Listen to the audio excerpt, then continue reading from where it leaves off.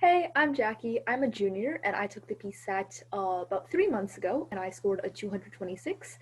So this video is just a breakdown of what exactly the PSAT is, how I got my score, and just some tips on the individual sections and the test as a whole. I know I talk kind of fast and I'm also going to talk a lot in this video, so if you want to adjust the playback speed accordingly, go for it. Also, I talk about the slides a lot more in depth in this video, but if you want just kind of a basic rundown, feel free to flip through them.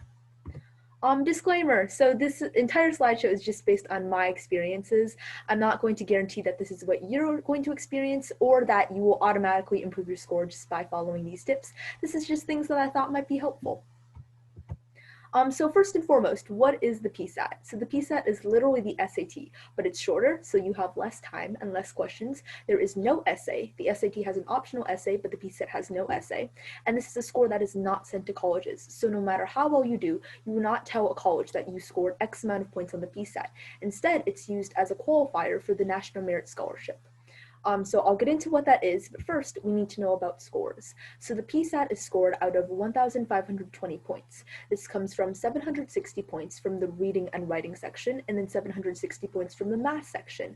This equates to a National Merit Scholarship index score, which is out of 228 points. This comes from 38 points for reading, 38 points for writing, 38 points for math, then you multiply that all by 2. All right, so what do scores mean? So the purpose of the PSAT is to qualify people for the National Merit Scholarship. The National Merit Scholarship looks super good on college applications, and you can get a lot of money from it, like up to thousands of dollars a year.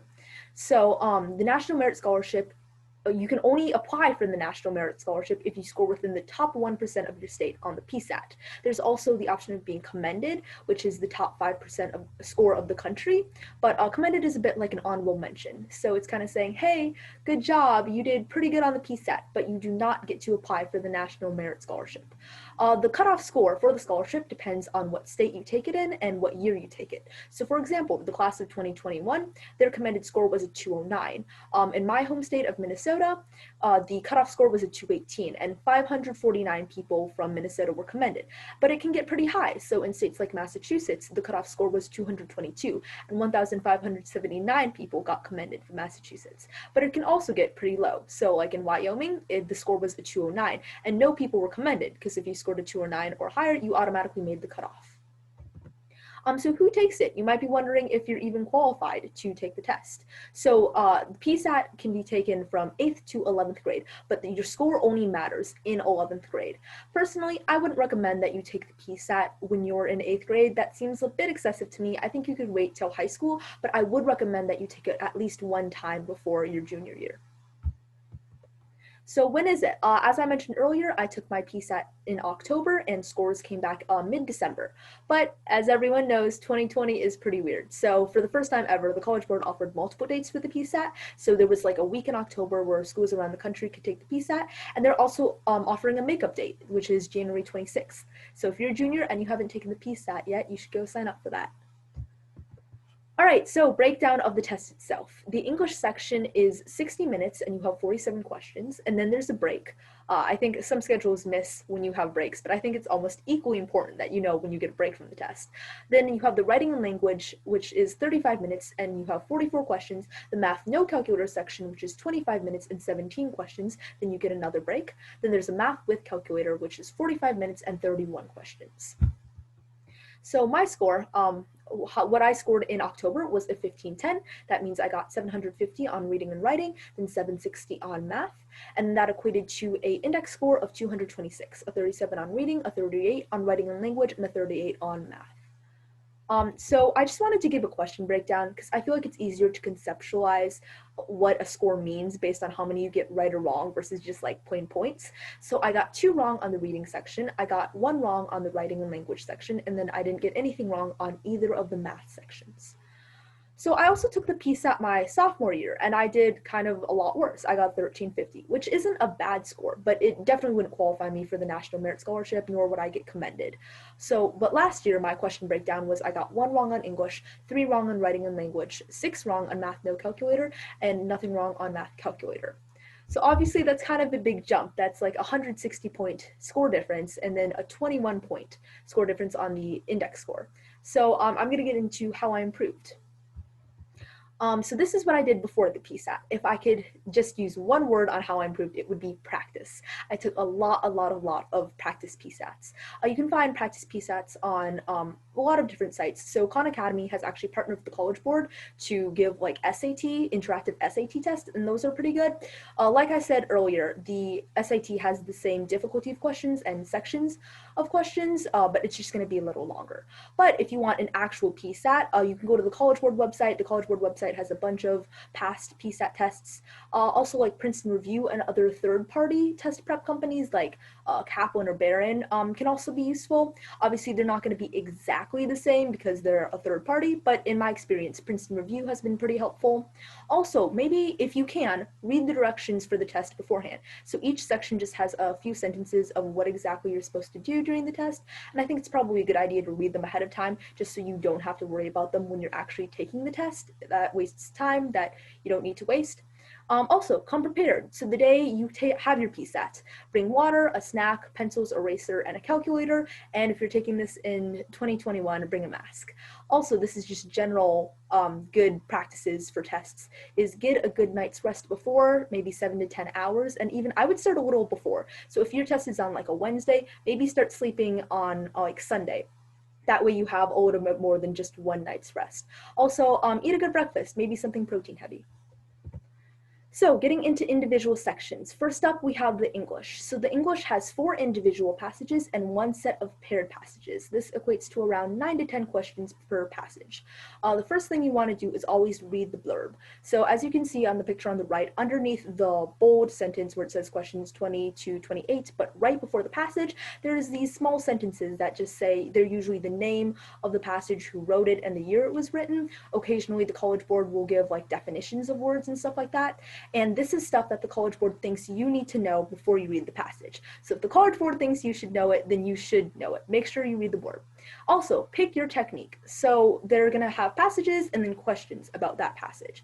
I have heard that some people say you should read the questions before you read the passage. That way you know what to look for. Personally, I find it easier to just read the entire passage and then do all the questions. But this also plays into practice. So make sure you know what works best for you before you take the PSAT. Also, there's going to be fiction and nonfiction passages. In my experience, my first passage is always fiction, and then everything else is nonfiction. The PSAT also tests your aptitude for history and science, but not through actual specific tests for that. Instead, the College Board just has passages that pertain to, like, there are going to be speeches by historical figures, and there's going to be articles on different science experiments and stuff like that. And with the science sections, there's graphs. So there are going to be 2 to 3 graphs on the PSAT typically, and they're not super complicated or mathematical. Generally, they're going to ask questions about trends of the graphs, but it's definitely a good idea to at least know what graphs look like ahead of time.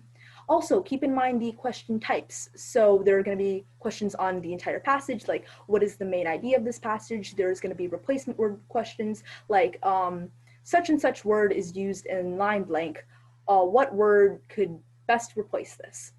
And there's also questions about author's choice. So like, how would the author feel about this topic given what you've seen them write?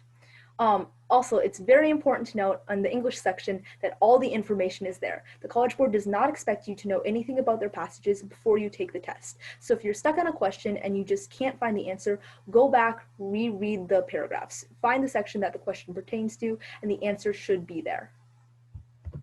All right, so these are the directions that are provided before the reading test. If you want to pause the video, really quickly read them. Oh, and these screenshots are all from a practice PSAT that I found on the College Board website. I believe it's from 2015 or 2016. So next up, the writing and language section. There are 4 passages with 11 questions each. Again, there's going to be more history and more science, just like there was in the English section. There's also going to be graphs, which were also on the English section. The most important advice I could give for writing and language is to know your grammar rules. Know when punctuation is appropriate. Know when to use a comma, a colon, a semicolon, and a period. Know the differences between when you're supposed to use them. Also, be familiar with your homonyms. This is like there, to. Know the difference between those. For word choice. So word choice, sometimes the College Board asks which one you want between 2 very similar words. Like I've had a question about prosecutor versus persecutor. And also this plays into being concise. So the shortest answer is almost always the correct one. Not always. So don't just go through the test picking based on the length of the answers. Go through the test and actually read the answers. It's probably going to be one of the shorter ones, not always, but most likely. So if you're ever in a rush, that's probably your best bet. Also, this is just a quick note on sentence order questions. So whenever I'm doing writing and language, if I see that a paragraph starts with brackets and a number in between them, like on the picture on the right, I know that there's going to be questions about sentence order or inserting a sentence. I always go to the questions and figure out what is missing or what is weird about it, like what needs to be switched around beforehand, so I know what I'm looking for when I'm reading the paragraph. These are the directions in front of the writing and language test. Pause the video and read them if you want. All right, next up we have math. So math is comprised of multiple choice and 4-digit free response questions. So as you can see on the right, those are the directions the College Board gives you on how to fill out the bubble sheet. So I would say math section covers probably up to pre-calculus. I know curriculums differ from school to school, but in general, they're going to test algebra, some trigonometry, some geometry, but they're never going to tell you like to go find the derivative or something like that. It's everything before calculus. Also, there's a no calculator section, which is going to have 13 multiple choice questions and 4 free response questions. Then there's a calculator section that has 27 multiple choice questions and 4 free response questions. These are the directions in front of both the math calculator and no calculator portions of the test. As you notice, they also provide an equation sheet. So this is very basic geometry stuff. I would probably know how to do these types of problems beforehand. Like, don't rely on the College Board's equation sheets to know like how to find the area of a circle. But if you're nervous during the test and you just randomly forget like how to find the volume of a sphere, the College Board has provided those equations for you. I also mentioned that there's a calculator portion. So the College Board has said that they will accept most graphing calculators, all scientific calculators, and all full function calculators, although that is not recommended. I agree. If you have access to a more complicated calculator, for example, I use the TI-84, then try to go get one from school or from a classmate or something like that. The College Board website has a list of all the accepted models of calculators. I've provided the Texas Instrument ones and Casio ones, but if you have a calculator that's not on this list, you should go double check on the website. Finally, I just have some general tips on the PSAT. So number 1 is to mark your test. When I take the PSAT, I'm always writing on it. I'm starring things I think are important, and I'm circling numbers that I'm going to have to use later. So unless you find marks on your test distracting, I would definitely write on my test. Number 2 is to be prepared. So this isn't just for the test itself, but also for the test environment.